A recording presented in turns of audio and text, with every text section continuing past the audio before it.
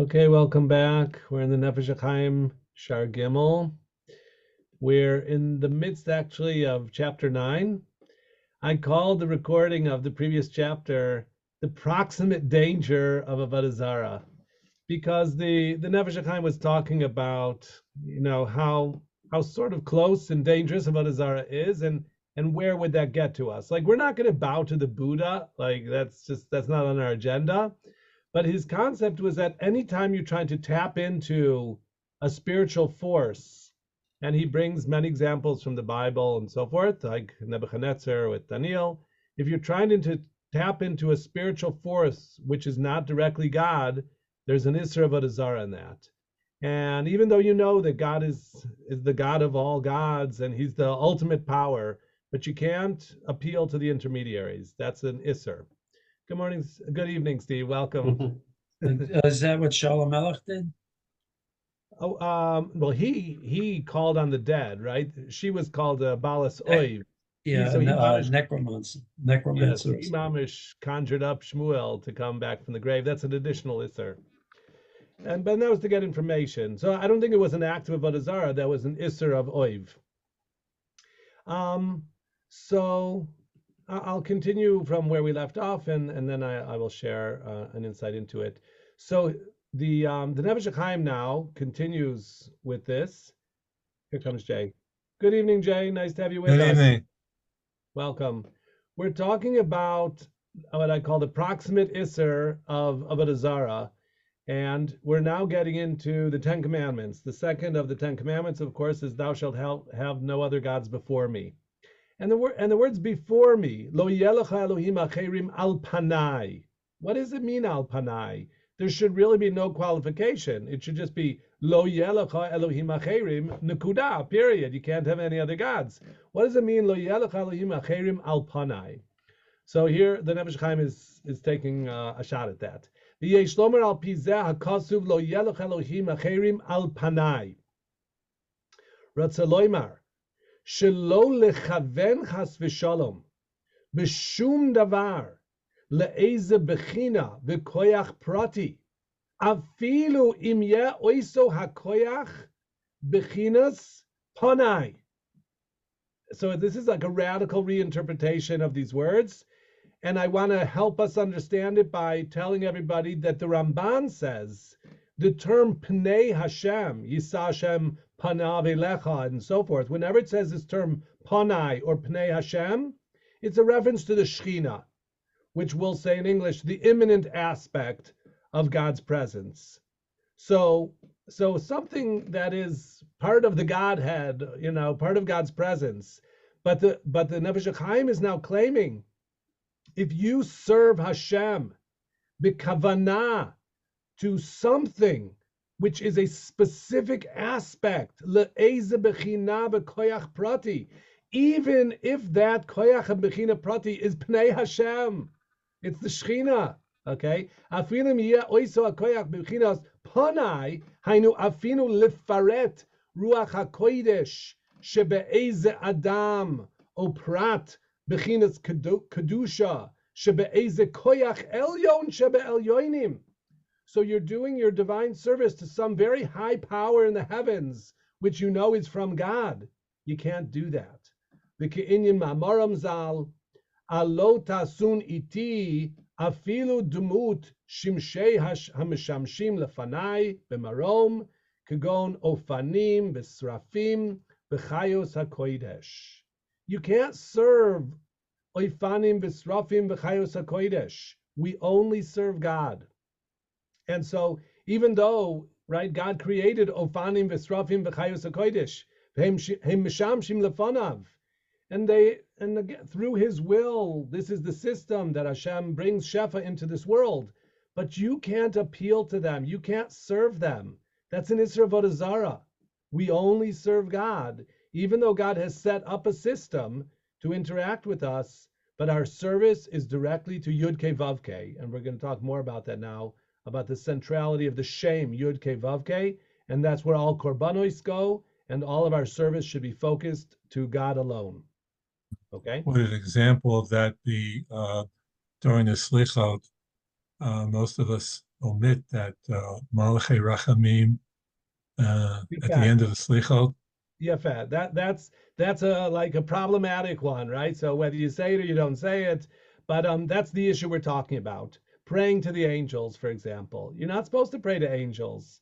So yeah, that's the same idea, Jay, exactly. Yeah, in the Shalom Aleichem, you say Baruch Yafet, Yafet, Shalom another Aleichem example. Shalom. Right. And I know someone who will not say that. Someone. Okay.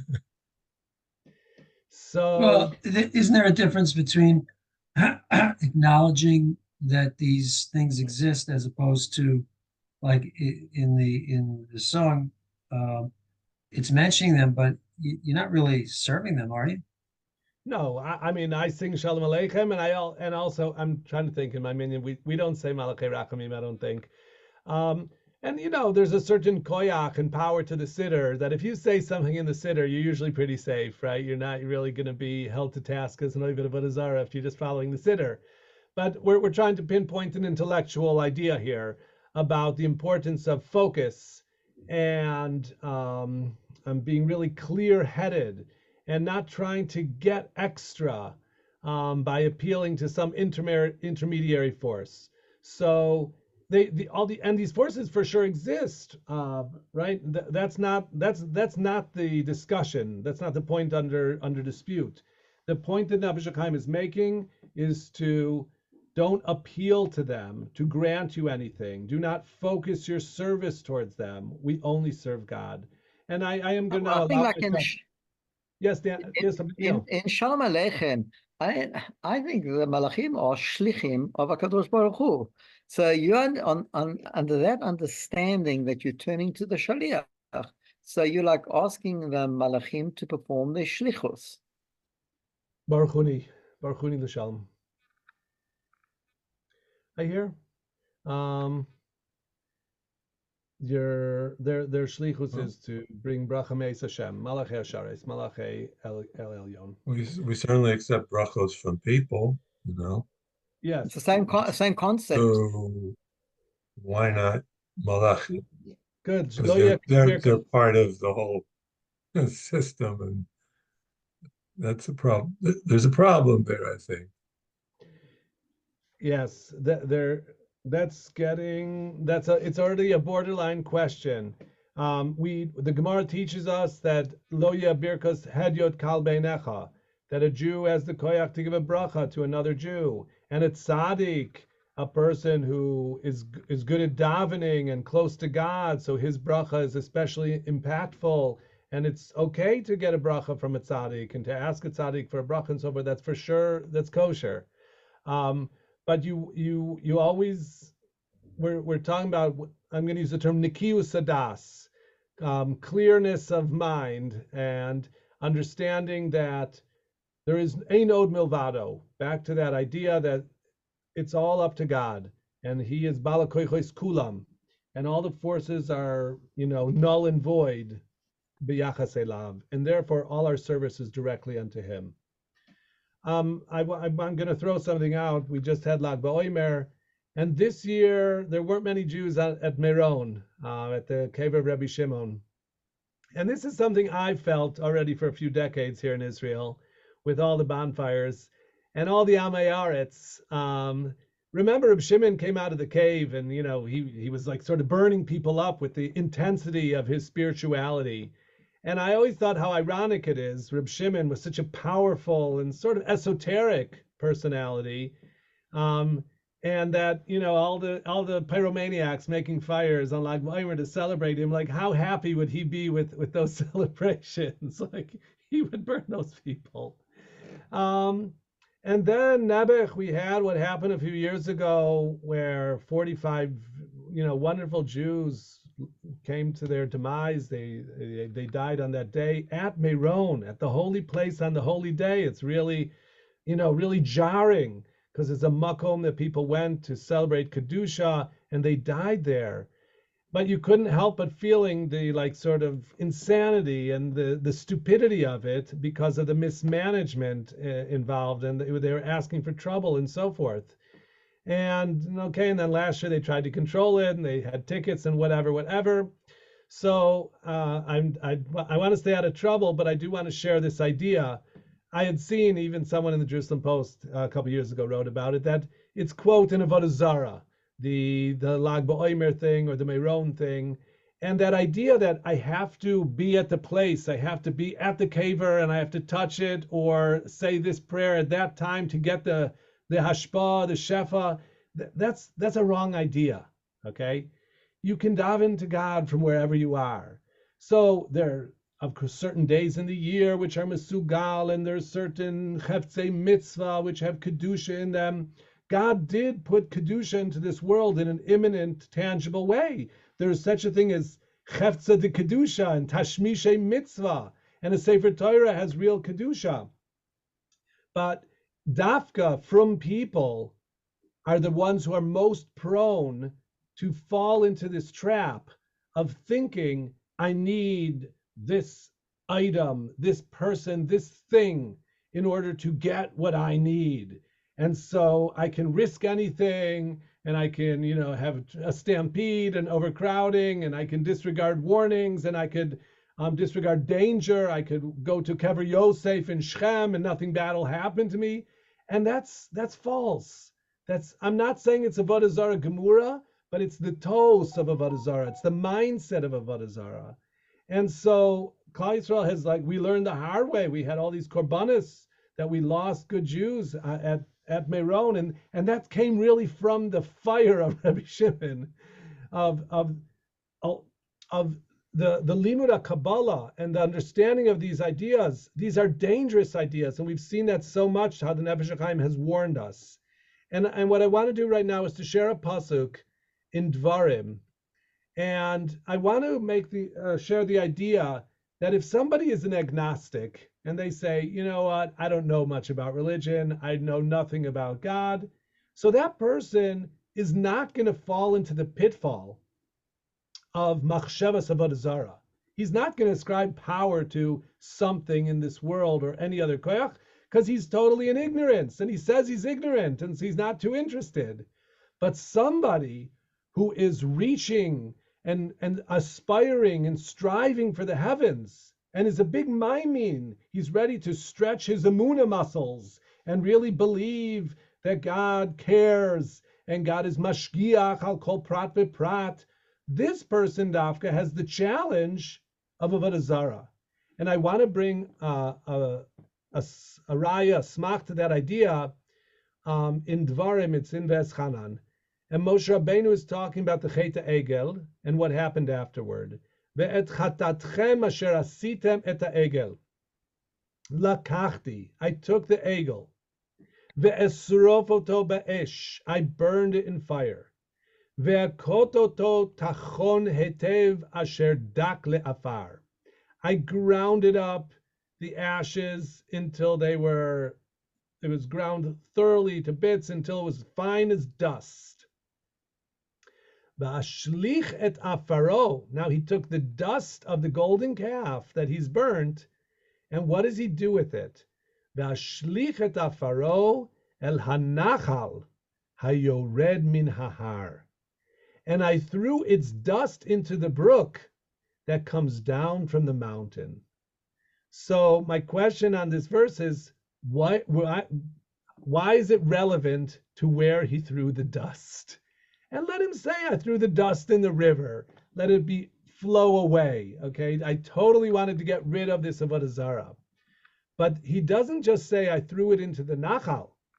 He says, I threw it into the Nachal, Hayored minahar, coming down from the mountain. Which mountain? Mount Sinai, clearly.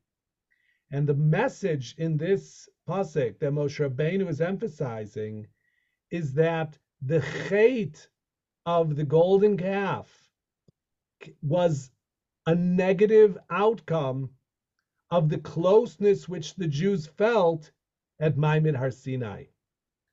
Because at Maimid Har Sinai, God opened up the heavens and they saw the living God and they heard his voice and they had an experience which no one had ever had in terms of its intensity of the connection between God and man, they now thought we could make a graven image to capture God's spirit down here on earth, something they might not have thought before this. It's true there was a Avodah Zarah before Matan Torah, I'm not saying that. But we find a number of times where the Torah says, don't make any graven images of that which you saw above or that which you see below, because you've experienced this closeness to God. And this is what we know, that today we don't have a lot of taiva for Avodah Zarah, because we don't have so much imminent closeness to God. But in the earlier generations where they had Ruach HaKodesh, and people were getting clear messages and really a closeness to God, so they had this yearning, this burning desire to do Avodah Zarah. And so here Moshe Rabbeinu is rectifying the chait of the Egel HaZahav by putting the ashes into the river which came down from the mountain, because the sin came from the experience from on top of the mountain. Because of their closeness and the visions and the things they saw, that's what led them astray, essentially. So I think the same thing is true here, where we're holding in the Nefesh HaHaim. We're talking to religious people, and we're talking to Hasidim and Mekubalim, people who are very much ma'aminim. These are people who are good people, and they're people of great faith. And we need to warn them, do not put your great faith in things unworthy of your great faith. Only believe in God. Don't believe in the red bracelet, and don't believe in a picture of the Baba Sali, and don't believe in a jacket that the Lubavitcher Rebbe once wore. That's like, no, those are distractions, and that's the mistake of Avodah Zarah. It's true, these were holy people, and if you meet them, they could give you a bracha, and you can learn from them. It's all good. But don't think that there's mystical power in objects or in these people that you're going to tap into that. Be a great person yourself. Tap into God. Only appeal to HaKadosh Baruch Hu. Appealing to any other force, even in the heavenly realm, and Kol Shekain in the earthly realm, a person or an animal or an object, all of that is part of the whole idolatrous system of Avodah Zarah. So that's what he's talking about. Well, it's not just graven image. It would include, I mean, the sun and the moon are not graven images. Right. So it goes beyond just the graven image. It's other concepts or items as well. Even if it's, even if it's not a davar yuchashi, if it's you're worshiping the wind or something, I don't know. Yes. It's not. The Nefesh HaHaim said worshiping here the Ofanim and the Srafim and the Chayos HaKodesh. Those are like angels. Oh, right. That would include that. Yeah. I'll tell you, not to take up the general time here, but this goes back to something that happened to me back in freshman year YU. The reason since then, I show respect, but I do not kiss the Torah. I do not kiss my Sfarim. I do not kiss the matzah. I don't kiss these items. I will treat them with respect in other ways, of course. But when I was in that class of that ethics class, and the rabbi was going on and on about the Christian, this is about Zarah and that's about Zarah and this, and they got the rosary beads and this and that and yashka on the stick and everything, and they're kissing the beads, and I just stopped them and I said, so how do you explain kissing the Torah and so forth? He stops cold, turns beet red, grins from ear to ear, and just threw his hands up and goes, don't know. He didn't expect it, and he didn't really have an answer. So I said, all right, you know what? I'm going to play it safe. I'm not going to do those things. Okay, good story. So we do. I mean, I'm not critical of your approach. I'm just bringing sources now from the Shulchan Aruch. The Ramah brings that it is a minhag chachamim linashek et atfilin, and so I had a friend in Rosh Hashiva. He said, why is it called a minhag chachamim? Why is he call it a minhag of the wise? And so he had an idea that because a person might think it's a hefsek, to kiss the tefillin after the bracha, or between the Shayat and Sharosh, or something like this. And so the Ramah says it's a minhag chachamim. You see that wise people were doing it. So And the tzitzit too. The tzitzit also. I squeeze them, but I don't kiss them. I squeeze them. So, yeah, I'm just showing that in the Jewish tradition and in the Shulchan Aruch, we do have it because we do recognize that HaKadosh Baruch Hu put Kedusha down into this world, and that's something that is chaviv aleinu, that it's really precious and dear to us. So it's not, we can't dismiss it as a Avodah Zarah to say that kissing Tashmishei Kedusha is an act of Shemetz Avodah Zarah, because the Shulchan Aruch embraces it. So that's okay. Okay, I'm going on. That imki ikar azharas akasuv al kol avodah zara hanal hainu ba'arba avodos dafka. The main issue of Zarah, of course, is to offer a korban. Omnam ata she'avodas hatfila, but lemaisa today we don't do much animal sacrifice, but we do davening. And davening bihishtabdus kavanas halev hu b'makom avodas hakorban. Vadai gam al zeh shayich azhara. So what was once a prohibition to whom you do your service in the Beis Hamikdash, today is relevant to our davening. The place we daven, the synagogue, is called a Mikdash Ma'at, and the Avoida, instead of the Avodas Beis Hamikdash, we have Avodas Halev, and so it's important that we have clarity, that our kavana, our intent, and our focus in all our prayers, we're not turning to some angel or some power or some shame, we're turning directly to God. V'zeh shekasuv zoveach l'Elohim yocharam biltil Hashem levado. And I actually mentioned this last week, that this is a pasuk in Mishpatim, and there's a machlokes, Rashi and the Ramban. It goes back to the Zohar. What is the meaning of this pasuk when it says one who sacrifices to Elohim except to God alone, yocharam, which could be translated as excommunicated, whatever happens to him. So what is the meaning of this le'Elohim? So Rashi's pshat is le'Elohim acherim. If you offer a sacrifice to another god, only to the one true God of Israel. But the Zohar and the Nefesh HaHaim are learning differently.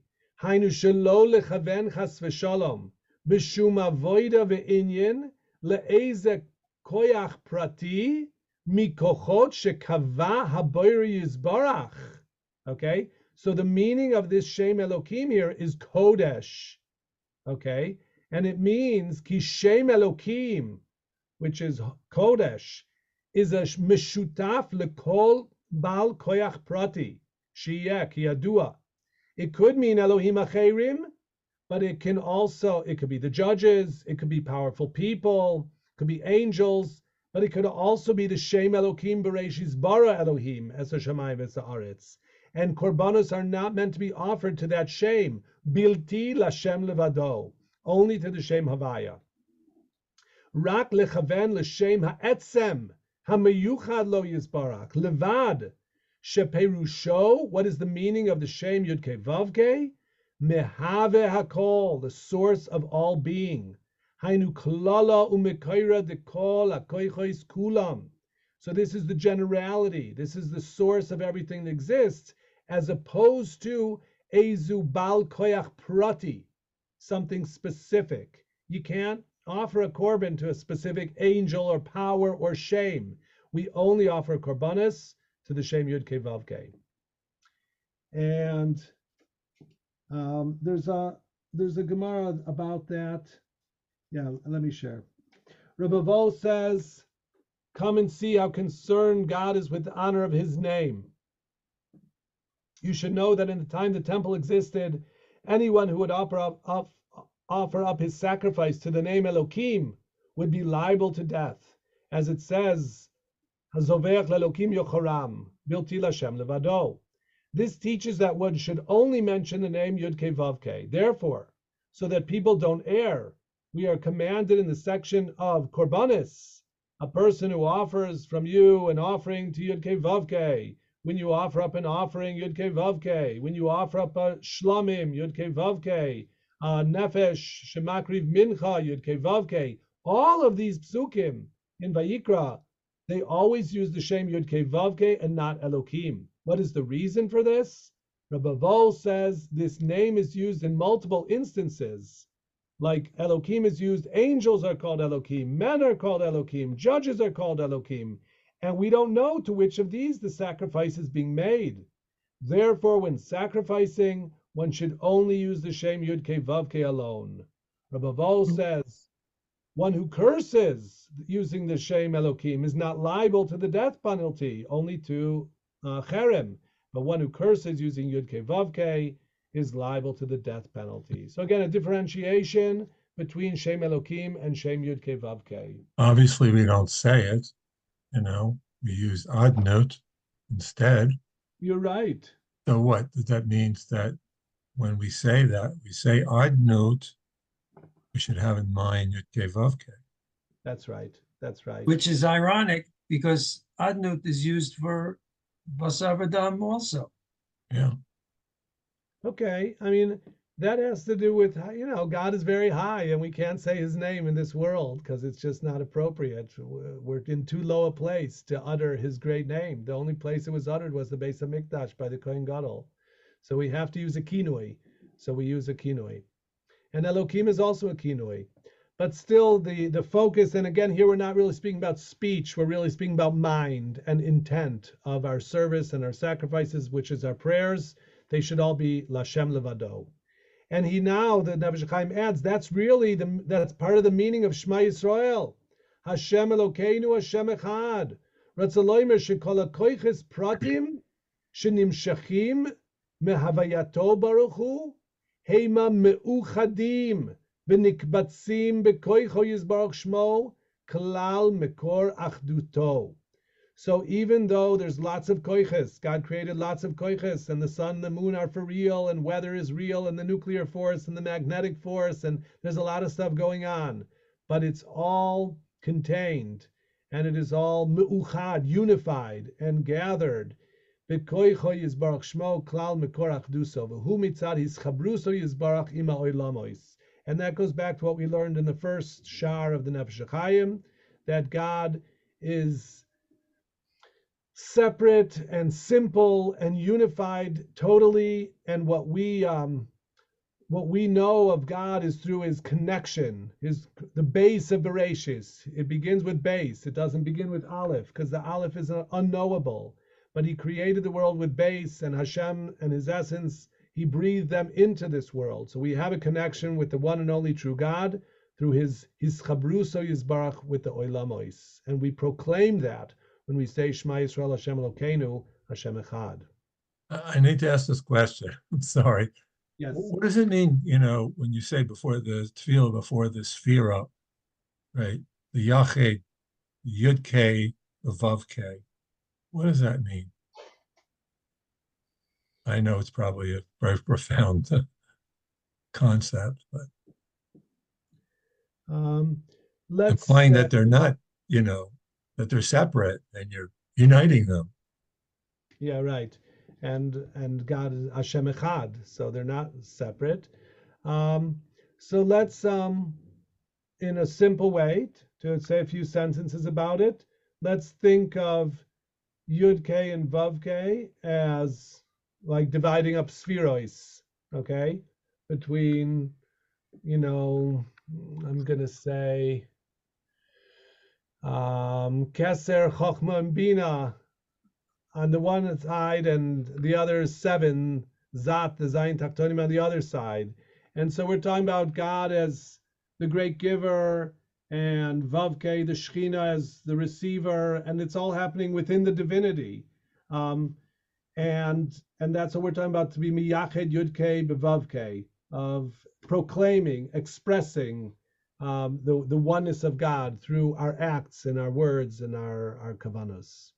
So as you said, it is beyond our scope, but I would say, Jay, in terms of text here, that's his chabruso with the oilamos, right? Because God's unity, in a sense, we can't touch it.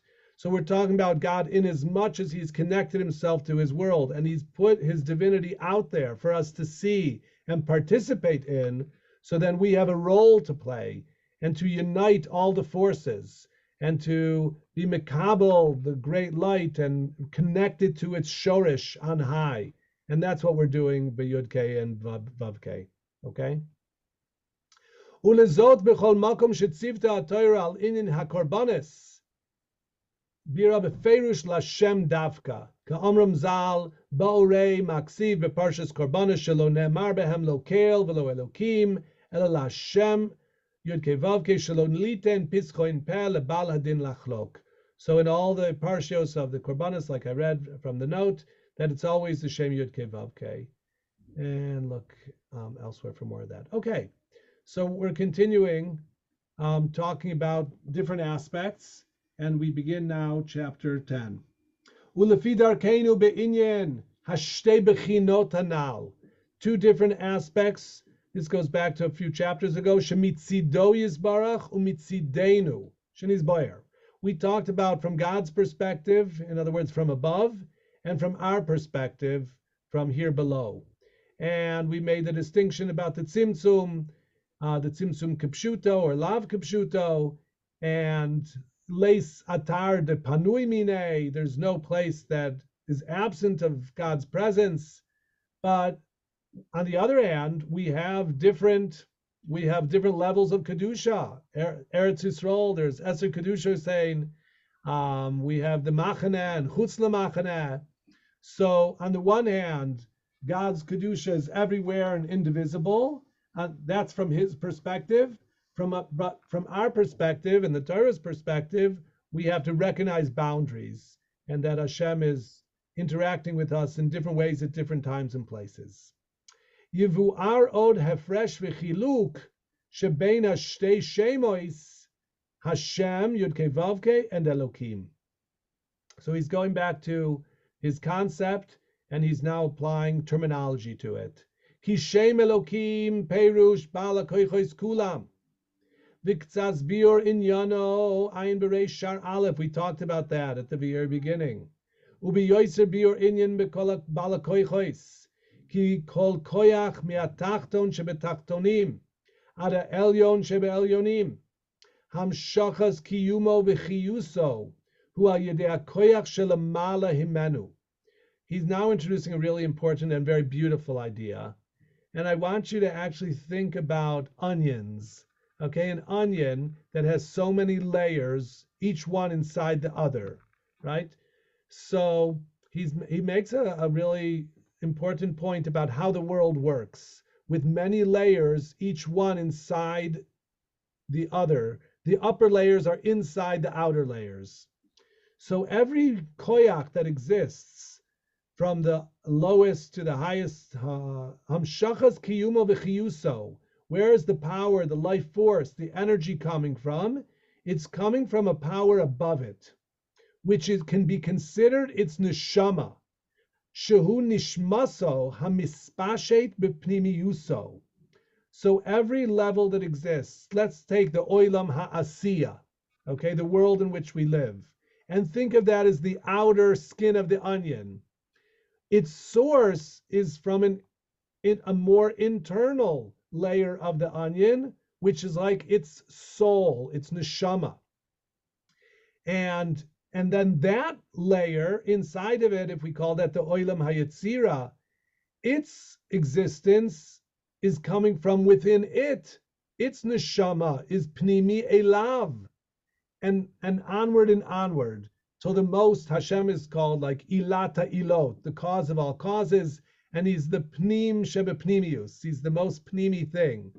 And each thing is the source of the one coming down from it. And so there's this duality of how everything's interconnected. V'kiyadua b'divrei Arizal, she'or v'pnimius, nishmas kol koyach v'oilam, hu atzmo hachitzoinius shel hakoyach ve'haolam she'alav.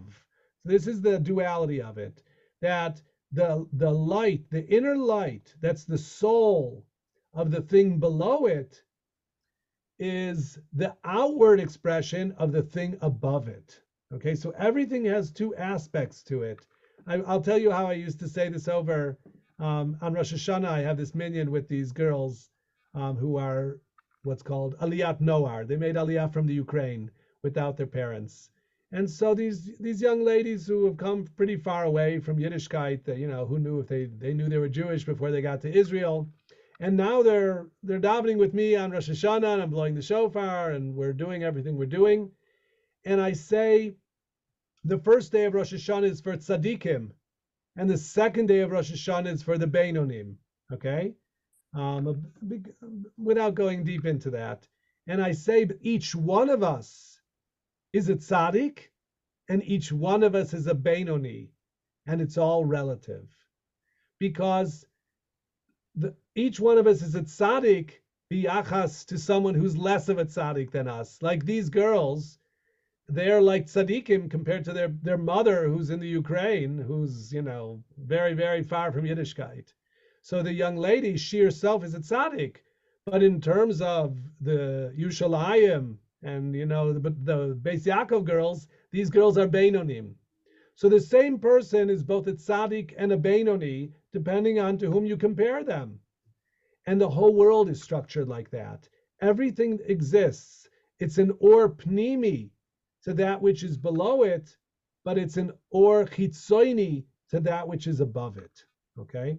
V'kein hoylech al zeh seder gavoa me'al kavoa bein bichlaalus hakoichos. That's how everything is structured, that it plays a role as the internal of that which comes below it, and it's the external of that which comes above it. Ki kol klalei kol abruim v'koichos hatochtonim heim mihitmazgut hadalid yesoidos. The Nefesh HaHaim now goes back to sort of metaphysics, and he's talking about the Daled Yesoidus, the four elements from which everything, and sort of in a material way, is comprised. And today we have particles, and we have subatomic particles, we have elements, we have the periodic table, but it's also, there's nothing wrong with seeing the world as comprised of earth and wind and fire and water, those four elements. And the fire is like energy, the solids like earth, the liquids like water, and the movement of wind. So Shorish Hadalid Yesoidois Heim Midalid Malachim Hanikraim Dalid Machanoi Shchina. But the Arba Yesoidois, from which every material thing exists, is itself the outward expression of four angels, which themselves are called Machane Shchina, which he gives the siman Argaman. Argaman is Rosh Tevos for Ariel and Raphael and Gavriel and Michael and Nuriel. Ve'adalid malachim elu shorsham midalid chayois hamerkava, shem klalei kol shorshe nafshois kol abruim atachtoinim. And this comes from something even higher, from chayois hamerkava, from which is the source of all people and all created things. Shekola alfei ribuye mine achayos, shorus nafshoisa mishtalshel min pnei arye sheba merkava. I don't have a picture of the Ma'aser Merkava to put up on the screen right now, but in Sefer Yechezkel, where we read the Ma'aser Merkava, and Sefer Yeshayahu, right, there's a picture of a chariot, and it has four sides, and there's four creatures, and there's an eagle, a lion, an ox, and a person. But all of the four have like a humanoid face to them. That's what the psukim say. And now the Nefesh HaChaim is tracing the existence, at least of the souls, if not the bodies, of all creatures. And he's saying all the chayos go up to the Aryeh, Sheba Merkava, right? Up to the Kisei Al-Kavod, the Ma'aser Merkava, the supernal chariot. And that's where the nafshois of all the many chayos that exist, that goes up to that Aryeh. And the nafshos kol mine habehemois, mishtalshalim mipnei shor, comes down from that element of the Merkava. And then the nefashot of kol mine ha'oifois come down from this supernal bird, this nesher, Moshe Kasa Bezoar Pinchas, Raza de Korbnin, Pnei Shor Ispashet, Lebeire Rucha, etc. Lachein bechol echad, moilech aleim oiso hamin, shetzurato v'shmohu ketzurat v'shem hapnim shebemerkava. So there's this relationship between all the birds that exist down here on earth to this bird in heaven, and between all the beasts and between all the animals, K'mo shekasav in Chagiga, ubishmos Rabbah, the Aryeh is Melech B'chayois. The Nefesh HaAdam, and so the soul of man comes from the Pnei Adam in the Merkava. V'lachein, therefore, Ha'adam is Goya al Kulam. This is why man is above all the other creatures. Ki chein ikaram v'chlalam shel kol adale Pnei Merkava hu Pnei Adam. Like I mentioned, each one of the lion and the ox and the eagle and certainly the man, they all have humanoid faces. That's the